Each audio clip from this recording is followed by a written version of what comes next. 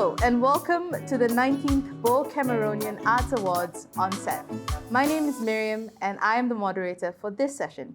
And today I am joined with Emma Martin of Malo the Musical that has been nominated for Best Set and Visual Design in Musical Theatre.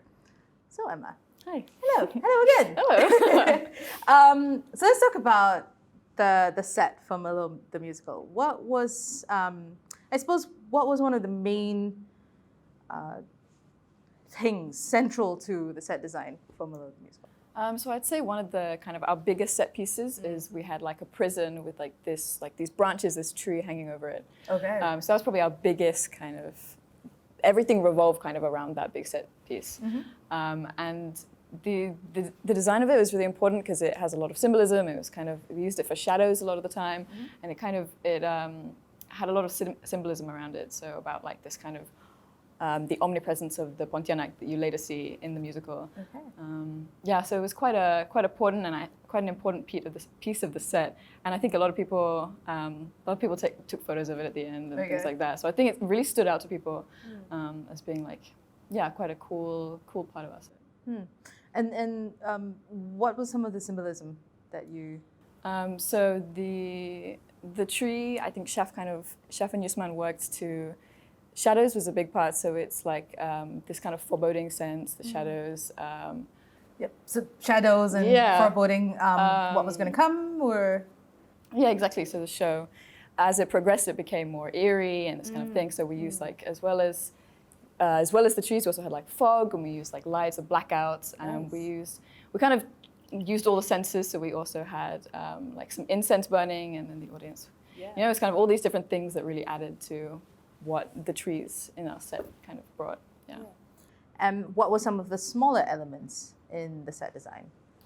So I think we had these two big pieces, and that was pretty much it. The rest is all these kind of small pieces. So at the beginning of the show in Act 1, which is set in the 1940s, we have these two separate kind of households. One is a lot more traditional Malaysian household, and the other one being this more like colonized Malaya kind of influence. And so in the traditional one, there's like a rattan chair, there's these kind of antique objects like old, like there was a kettle, like a metal kettle there, and things like this, whereas compared to the other side, which had like a bottle of whiskey and some glasses and things like that, and instead of the rattan chair, it was like a wooden rocking chair. So I think immediately the audience could tell, like before the characters even entered the stage, like that there was a big difference between, you know, the characters and the set, And I guess the good thing about having these small pieces is that you can completely change them later. So in between Act 1 and Act 2, we like completely got rid of them because they're movable, and we replaced it with the more modern things like a radio and makeup to kind of show that like passing of time between the 1940s and then the 1980s.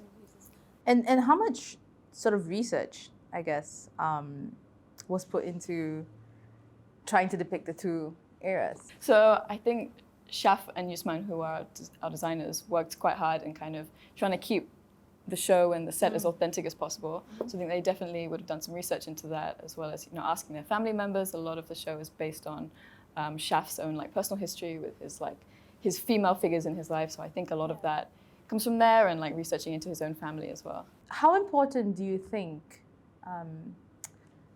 does set design impact the show? I don't know if I'm phrasing that correctly, but I suppose the question is, how important is set design to musical theatre? I would say pretty important.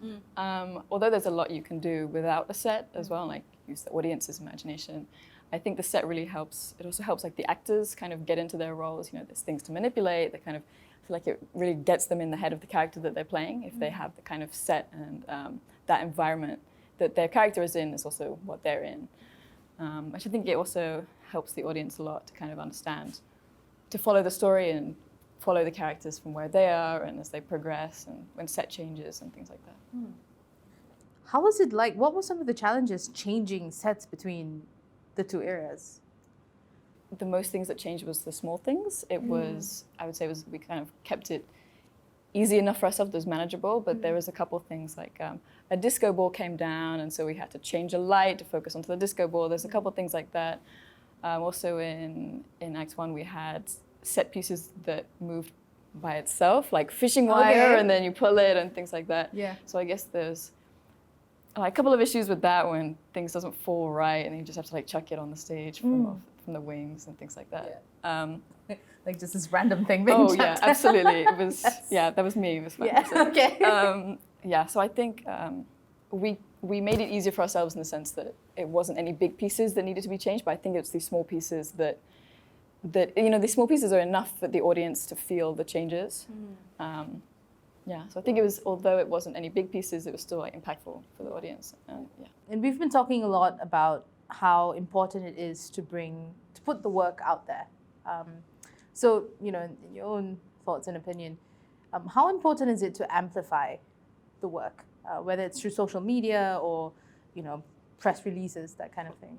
And to further that, what kind of opportunities does that provide for artists? I think it's very important to amplify work, not just for the visibility of the production and the artists directly involved, but also for the cultural, the societal impact. So by amplifying a show like Malo, for example, which is very much focused on tradition and culture and like these Malaysian stories, it kind of gives the artists like an opportunity to tell their stories on like a wider platform. And Liver and Lung being like a Malaysian-British production company, Shaf kind of has that base in the UK already. So by telling these stories, it's also going over there. People in the UK are also finding out kind of more about our stories over here, which I think it's really cool. It's giving local stories a kind of wider international audience. And because Malo the musical is also set in the emergency, which in of itself is not a story that is told about in your personal recollections. What were some of the impacts that you found from audiences, if any? Because I guess it's not often that you see shows that tackle these kind of subjects, as well as there's not many shows that tackle horror as well. And like I think a lot of people were interested in how we were going to play these kind of horror aspects when it's live theater and there's not really any special effects, that kind of stuff. So I think a lot of people were really interested to see how we were going to play that and link it to a topic as serious as the Malayan emergency. But I heard good things, so that's I heard good things as well. positive. Yes. Yeah. Okay. Thank you very much. Thanks. Thank you all. Thank you.